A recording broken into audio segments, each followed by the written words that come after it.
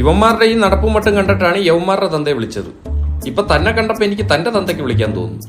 അയ്യോ പപ്പ വരൂലാട്ടാ, പപ്പ ഡെഡാണ്. തന്നെ ഇപ്പൊ ഈ കോളേജിലോട്ട് വിളിപ്പിച്ചെന്തിനെന്നറിയോ? എന്റെ മക്കൾ ടോപ്പർ എന്ന് പറയാനാണ്. ടോപ്പർ അല്ല, പോപ്പർ അടക്ക രണ്ടും പൊട്ടിയത്. എന്റെ പൊന്നു പപ്പ, ഇവരിപ്പോ പഠിപ്പിക്കണമെന്നില്ല, ഭയങ്കര ഉളപ്പാണ്. ആ സാർ ഓട്ടോമാറ്റിക് പഠിപ്പിച്ചിട്ട് കീറിടാനാ, കൊള്ളാല്ല. പിന്നെ തന്റെ ഈ മൂത്ത മോൻ ആ ജിണ്ടാപ്പി എന്താണ്? ആ ഒരു കഴിവില്ലാത്തൊരു ഇറക്കൻ. അത് പറയല്ലേ സാറേ, ഡെയിലി 3 പാക്കറ്റ് സിഗരറ്റ് ഒറ്റയിരിപ്പിന് വലിച്ചോളിയും മച്ചാൻ. അബ്ദുൽ കലാമിന്റെ അവാർഡ് വാങ്ങിച്ച പോലെയാണല്ലോ താൻ ഇതൊക്കെ പറയുന്നത്. എന്റെ പൊന്നു സാറേ, ഇവന് അർബുദം വരാത്തോണ്ട് ഞാൻ തന്നെ അത്ഭുതപ്പെട്ടു പോയി. കൊച്ചിയിൽ എവിടെ? വൈപ്പിന്. തനിക്ക് ഇവന് എത്ര പേപ്പർ ഉണ്ടെന്നറിയോ? ഇന്നലെ ഞാൻ 2 പേപ്പർ ജോയിന്റ് അടിക്കാൻ വേണ്ടി കൊടുത്ത്. നീ പുതിയതല്ല വാങ്ങിച്ച? പപ്പ അറിയാതെ എന്തെങ്കിലും ചെയ്യുവോപ്പാ? ആ ഇല്ല, അതങ്ങനെ സംഭവിക്കൂല. എടോ ആ പേപ്പർ അല്ലടോ സപ്ലൈ. സപ്ലൈയാ? എന്റെ പൊന്നു സാറേ, ഇവന്റെ അടുത്ത് ഞാൻ പറഞ്ഞാണ് ഇവിടെ ഞാൻ സപ്ലൈ ചെയ്തോളാന്ന്. ഞാൻ അറിയാണ്ട് ഇവിടെ നീ സപ്ലൈ ചെയ്താ എത്ര കിലോ വേണ്ടി വരും സാറിന്?